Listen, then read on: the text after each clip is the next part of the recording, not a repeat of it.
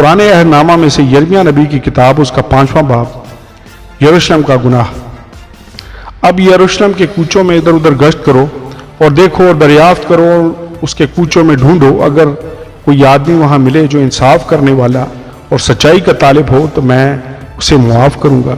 और अगरचे वो कहते हैं जिंदा खुदावंद की कसम, तो भी यकीनन वो झूठी कसम खाते हैं। ऐ खुदावंद, क्या तेरी आंखें सच्चाई पर नहीं हैं? तूने उनको मारा है पर उन्होंने अफसोस नहीं किया, तूने उनको गारत किया पर वो तरबियत पजीर ना हुए। उन्होंने अपने चेहरे को चट्टान से भी ज़्यादा सख्त बनाया, उन्होंने वापस आने से इनकार किया है। तब मैंने कहा कि यकीनन ये बेचारे जाहिल हैं, क्योंकि ये खुदावंद की राह और अपने खुदा के अहकाम को नहीं जानते। मैं बुजुर्गों के पास जाऊंगा और उनसे कलाम करूंगा, क्योंकि वो खुदावंद की राह और अपने खुदा के अहकाम को जानते हैं। लेकिन उन्होंने जुआ बिल्कुल तोड़ डाला और बंदरों के टुकड़े कर डाले। इसलिए जंगल का शेर बबर उनको फाड़ेगा, बयाबान का भेड़िया उनको हलाक करेगा, चीता उनके शहरों की घात में बैठा रहेगा। जो कोई उनमें से निकले फाड़ा जाएगा, क्योंकि उनकी सरकशी बहुत हुई और उनकी बरगश्त की बढ़ गई। मैं तुझे क्यों कर मुआफ़ करूं? तेरे फर्जंदों ने मुझको छोड़ा और उनकी कसम खाई जो खुदा नहीं है। जब मैंने उनको सैर किया तो उन्होंने बदकारी की और परे बांध कर कहबाखानों में इकट्ठे हुए। वो पेट बड़े घोड़ों की मानंद हो गए। हर एक सुबह के वक्त अपने पड़ोसी की बीवी पर हिनहिनाने लगा। खुदावंद फरमाता है, क्या मैं इन बातों के लिए सज़ा ना दूंगा? और क्या मेरी रूह ऐसी कौम से इंतकाम ना लेगी? उसकी दीवारों पर चढ़ जाओ और तोड़ डालो, लेकिन बिल्कुल बर्बाद ना करो। उसकी शाखें काट दो, क्योंकि वो खुदावंद की नहीं है। इसलिए कि खुदावंद फरमाता है, इसराइल के घराने और यहूदा के घराने ने मुझसे नहायत बेवफाई की। खुदावंद इसराइल को रद्द करता है। उन्होंने खुदावंद का इनकार किया और कहा, वो नहीं है, हम पर हरगिज़ आफत ना आएगी और तलवार और काल को हम ना देखेंगे, और नबी महज हवा हो जाएंगे और कलाम उनमें नहीं है। उनके साथ ऐसा ही होगा, बस इसलिए कि तुम यूँ कहते हो। खुदावंद रब्बुल अफ़वाज यूँ फरमाता है कि देख, मैं अपने कलाम को तेरे मुंह में आग और इन लोगों को लकड़ी बनाऊंगा, वो इनको भस्म कर देगी। या इसराइल के घराने, देख, मैं एक कौम को दूर से तुझ पर चढ़ा लाऊंगा। खुदावंद फरमाता है, वो ज़बरदस्त कौम है, वो कदीम कौम है, वो ऐसी कौम है जिसकी ज़ुबान तो नहीं जानता और उनकी बात को तू नहीं समझता। उनके तरकश खुली कब्रें हैं, वो सब बहादुर मर्द हैं, और वो तेरी फसल का अनाज और रोटी जो तेरे बेटों और बेटियों के खाने की थी खा जाएंगे।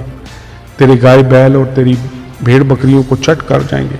तेरे अंगूर और अंजीर निकल जाएंगे। तेरे हसीन शहरों को जिन पर तेरा भरोसा है तलवार से वीरान कर देंगे। लेकिन खुदावंद फरमाता है, उन अयाम में भी मैं तुमको बिल्कुल बर्बाद ना करूँगा। और यूँ होगा कि जब वो कहेंगे कि खुदावंद, हमारे खुदा ने ये सब कुछ हमसे क्यों किया, तो तू उनसे कहेगा कि जिस तरह तुमने मुझे छोड़ दिया और अपने मुल्क में गैर मबूदों की इबादत की, उसी तरह तुम उस मुल्क में जो तुम्हारा नहीं है अजनबियों की खिदमत करो।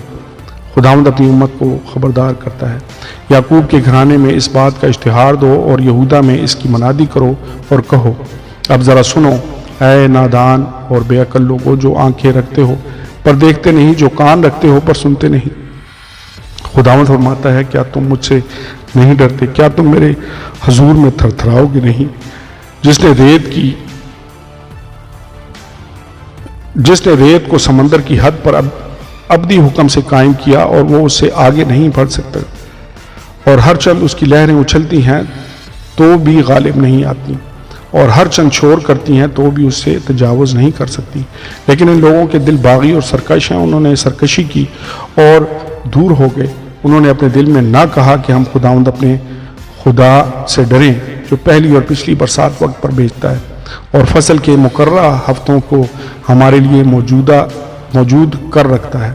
तुम्हारी बदकिरदारी ने इन चीज़ों को तुमसे दूर कर दिया और तुम्हारे गुनाहों ने अपनी अच्छी चीज़ों को तुमसे बाज रखा। क्योंकि मेरे लोगों में शरीर पाए जाते हैं, वो फंदा लगाने वालों की मानद घात में बैठते हैं। वो जाल फैलाते और आदमियों को पकड़ते हैं। जैसे पिंजरा चिड़ियों से भरा हो, वैसे ही उनके घर मकर से पुर हैं।